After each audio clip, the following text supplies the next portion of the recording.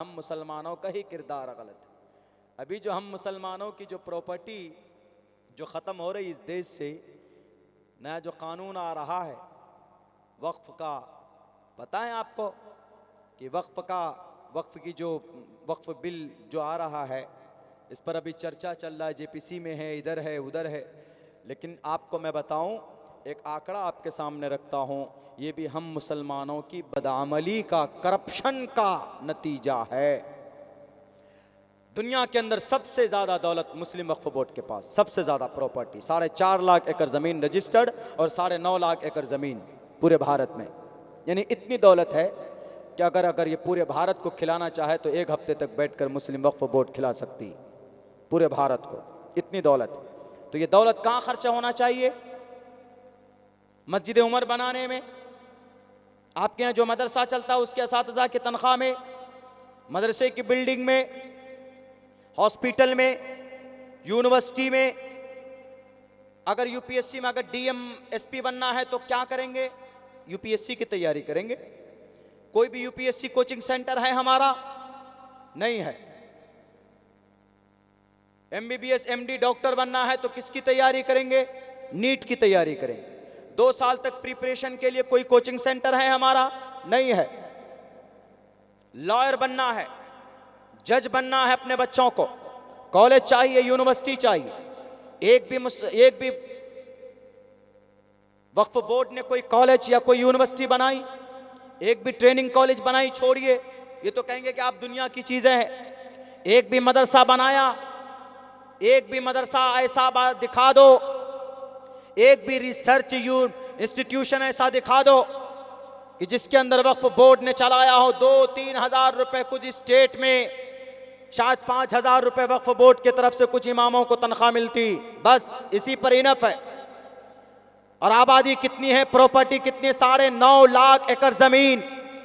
अगर वक्फ बोर्ड की आमदनी से भारत के तमाम मदरसों को अगर चलाना हो, तमाम मस्जिद के इमामों को तनख्वाह देना हो, तमाम मुअज्जिनीन को तनख्वाह देना हो, तो भारत के जितने भी मदारिस और मसाजिद हैं इसके 3 गुना मदारिस और मसाजिद को वक्फ बोर्ड चला सकती है।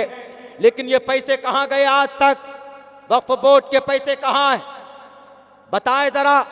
ये चेयरमैन, ये पेटू लोग खा खा कर जिनके पेट फूले हुए, स्विस बैंक में जिनका अकाउंट चलता, फॉर्च्यूनर और मर्सिडीज गाड़ी में जो बैठते, जिन्हें चेयरमैन बनाता है वही वक्फ बोर्ड की जमीन बेचने लगता है। वक्फ बोर्ड, वक्फ की प्रॉपर्टी नहीं बेची जा सकती। आपके गांव की जो मस्जिद है वो जमीन वक्फ की प्रॉपर्टी, भले ही वक्फ बोर्ड में रजिस्टर हो के ना हो, शरीयत के नजर में वो वक्फ है। और वक्फ की प्रॉपर्टी कोई मस्जिद का इमाम बेच सकता है? मस्जिद का मुतवल्ली क्या जमीन बेच सकता है? क्या मदरसे की जमीन जब मदरसे के नाम पर वक्फ हो जाए, वक्फ वाले ने वक्फ कर दिया, तो उस मदरसे की जमीन को मोहतमिम नहीं बेच सकता, नाजिम नहीं बेच सकता, उसमें कोई तब्दीली नहीं कर सकता है। तो मदरसे जब वक्फ बोर्ड का चेयरमैन है तो उसको जमीन बेचने का अधिकार है? नहीं है। महाराष्ट्र के अंदर 1990 से लेकर सन 2002 तक 11,000 करोड़ रुपए की वक्फ की जमीन बेची गई। बेचने वाला कौन? मुसलमान बेचने वाला था। इसी मुसलमानों की करप्शन की वजह से 25,000 रुपए रेंट है वक्फ की बिल्डिंग का, लेकिन वक्फ की रजिस्टर पे 250 रुपए लिखा जाता, 2500 रुपए लिखा जाता, बाकी 22,500 रुपए कहां जाते? ये करप्ट लोगों के पेट में जाते, ये जालिमों के पेट में जाते। इसीलिए जब कौम के लोग गुनाह करें तो अल्लाह जालिम बादशाहों को मुसल्लत करता है। यह अल्लाह का निजाम है। इसीलिए हम किसी को गाली देने या किसी को बुरा भला कहने से पहले हम अपने गिरेबान में झांक कर देखें। अगर हमारा गांव तरक्की नहीं कर रहा है तो हम देखेंगे कि गांव के अंदर कोई ना कोई बड़ी ऐसी गलती है जो कुरान और सुन्नत के खिलाफ है, जो कुरान और शरीयत के खिलाफ है। अगर आपके घर के अंदर तरक्की नहीं है तो समझ लीजिए आप करोड़ों रुपए कमाते हैं, बरकत नहीं है तो शरीयत की कोई नाफरमानी जरूर हो रही है। वरना अल्लाह तबारक व तआला बंदा, इन्नल्लाह ला युज़ीउ अज्रल मुहसिनीन, बंदा मेहनत करे और अल्लाह मुआवजा ना दे, अल्लाह बरकत ना दे, हो ही नहीं सकता। करोड़ों की आमदनी है, जायज़ तरीके पर है तो 100% बरकत होना चाहिए। बरकत नहीं है घर के अंदर, समाज के अंदर बरकत नहीं है, गांव के अंदर तरक्की नहीं है, तो या तो गांव के लोग आपस में लड़ रहे होंगे, या तो गांव के लोग आपस में दुश्मन होंगे, या तो गांव के लोगों को एक दूसरे से मोहब्बत नहीं होगी। जब एक दूसरे मिलकर नहीं रहेंगे तो आसमान से अल्लाह की मदद नहीं आती। यदुल्लाहि अलल जमा, अल्लाह की मदद जमात पर होती है, अलग अलग बटे हुए लोगों पर अल्लाह की मदद नहीं हुआ करती जनाब। अल्लाह की लाठी ऐसे ही नहीं बजती। अगर कोई जालिम बादशाह मुसल्लत होता है तो उसके पीछे हमारी बदकिरदारी शामिल होती। सिर्फ 30,000 एकड़ ज़मीन पर महाराष्ट्र वक्फ बोर्ड का कब्ज़ा है, बाकी को बेच दिया। उन 30,000 वक्फ की ज़मीन पर जो सिर्फ मोबाइल टावर है ना, मोबाइल टावर, उसका रेंट, उसका किराया सालाना कितना आता पता आपको? 10 करोड़ रुपए आता है सिर्फ एक महाराष्ट्र में। अगर 4 लाख 4.5 लाख एकड़ ज़मीन जो वक्फ में रजिस्टर्ड है बाज़ाब्ता, और टोटल ज़मीन 9.5 लाख एकड़ ज़मीन का सही इस्तेमाल हो, तो ये कौम गरीब होगी। इस कौम के पास एक भी मदरसा चलाना हो तो हमारे सफ़ीर चंदा करेंगे, मस्जिद में इमाम रखना हो ढंग से तो चंदा करना पड़ता है।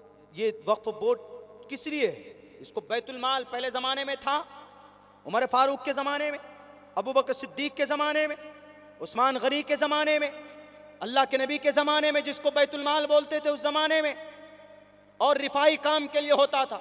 इसी बैतुल माल वक्फ बोर्ड से इमाम अबू हनीफा के 65 मदरसे चलते थे। 65 मदरसे। चंदा नहीं करेंगे उलमा, नहीं जाएंगे हमारे उलमा मालदारों के घरों के सामने खड़े होकर जी हुजूरी करने। क्यों? हमारे उलमा से बढ़कर इस ज़माने में किसी का मकाम मर्तबा नहीं है। इस कौम में सबसे मुक़द्दस जमात इस वक्त अगर कोई है तो उलमा है। और ये उलमा दर दर भटकें, चंदा करें, रमज़ानों में मुबारक महीने में जाएं, पसीने बहाएं कि मदरसा चलाना है। अरे वक्फ बोर्ड के चेयरमैन क्यों इतने करप्ट हो गए? वो क्यों नहीं चलाते मदरसे? उनसे जो इनकम है, जो आमदनी है, वो पैसे तुम्हारे पेट में क्यों जाते हैं? इन मदरसों को नहीं चलाते लोग। यानी कौम का पैसा कौम के लिए इस्तेमाल नहीं होगा तो कौम के ऊपर ऐसे ही जवाल आएगा, ऐसे ही जालिम लोग आएंगे होश ठिकाने लगाने के लिए। उस मंत्री का बाज़ाब्ता स्टेटमेंट है, उन्होंने कहा कि 12,000 करोड़ रुपए सालाना इनकम होना चाहिए, जिनमें से 1200 करोड़ भी इनकम नहीं है।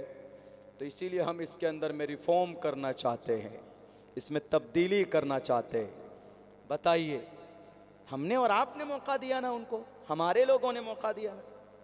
हमने कहा था कि जनाब मुहम्मदुर रसूलुल्लाह सल्लल्लाहु अलैहि वसल्लम की जीवनी और आप अलैहिस्सलातु वस्सलाम किसी भी एतबार से अपाहिज नहीं छोड़ा मोहम्मदुर रसूलुल्लाह सल्लल्लाहु अलैहि वसल्लम ने। बल्कि संस्कृत में तो यूँ कहा गया, नराशन संवाजिनम वाजन्नि शैदीरम पूषणम सन्मैरीम हेरतम न दुर्गादवसवा सुदानवो विश्वसम्मातरो अहंसो निष्पिपरता। इस मंत्र छोटा है, श्लोक छोटा है, हिंदू धर्म का है, लेकिन समाज की तमाम बुराइयों को कैसे ख़त्म करना इसमें बताया। समाज के अंदर क्या बुराई सबसे पहले होती है? कुछ चीज़ें ऐसी होती है, एक तो यही कमी बेशी हम लोगों में बहुत हसद होता। कोई तरक्की करता तो हसद, जलने लगते, एक दूसरे की बुराई करने लगते, आपस में रंजिश बहुत करते, मेल मोहब्बत नहीं। हालांकि अल्लाह के नबी फरमाते हैं, अल मुस्लिमु अखुल मुस्लिम, अल मुस्लिमु कजसदिन वाहिदिन। एक मुसलमान एक जिस्म के मानिंद है, टोटल मुसलमान एक जिस्म के मानिंद, एक मुसलमान दूसरे मुसलमान का भाई। अल्लाह के नबी की हदीस है। लेकिन हम मुसलमान मुआशरे में, समाज के अंदर बटे हुए हैं, मोहब्बत नहीं है। सहाबा इकराम जैसी मोहब्बत होनी चाहिए। जब सहाबा मक्का से मदीना गए तो वहाँ जिन सहाबा के पास घर थे, जिनके पास 2-2 घर, एक घर कुर्बान लीजिए, एक रूम आप, एक हम, 2 रोटी बनती थी तो एक अंसारी, एक मुहाजिर सहाबी के लिए, 2 बीवी है किसी के पास तो एक को तलाक दे देते थे। क्यों? मुहाजिर सहाबियाँ हैं, उनसे जाके निकाह करो। यहाँ तक यानी इतनी जानिसारी इसीलिए अल्लाह ने कुरान में उनकी सिफत को बयान किया, वयुसिरून अला अनफुसिहिम वलौ कान बिहिम खसासा, अगरचे वो भूखे रहते थे लेकिन दूसरों को तरजीह देते थे। यानी अंसारी मुहाजिर सहाबाए कराम को अंसारी सहाबाए कराम तरजीह देते थे। ये मोहब्बत थी सहाबा में। और जब मोहब्बत होगी वहाँ बरकत होगी, जहाँ मोहब्बत होगी वहाँ खुशहाली आएगी। एग्जाम्पल यही यहूदी सहाबाए कराम एक थे, खुशहाली थी, भूखे थे, तंगदस्ती ज़रूर थी, लेकिन वो दिल से मालदार थे, उन्हें गम और फिक्र नहीं होता था। और यही इत्तिहाद इन यहूदियों में, जो हम मुसलमानों में आज इत्तिहाद नहीं। भारत में मुसलमान बटे हुए, पूरी दुनिया के अंदर मुसलमान बटे हुए, हर जगह पर मुसलमान बटा हुआ। इसीलिए इस उम्मत को अपने ऊपर, वक्त भी चूँकि काफ़ी हो चुका है, मैं बहुत मुख्तसर अपनी बात करके पूरी करता हूँ। बस आखिर के अंदर यही कहूँगा कि हमें अगर कामयाब होना है तो जनाब मोहम्मदुर रसूलुल्लाह सल्लल्लाहु अलैहि वसल्लम की जीवनी को अपनाना है।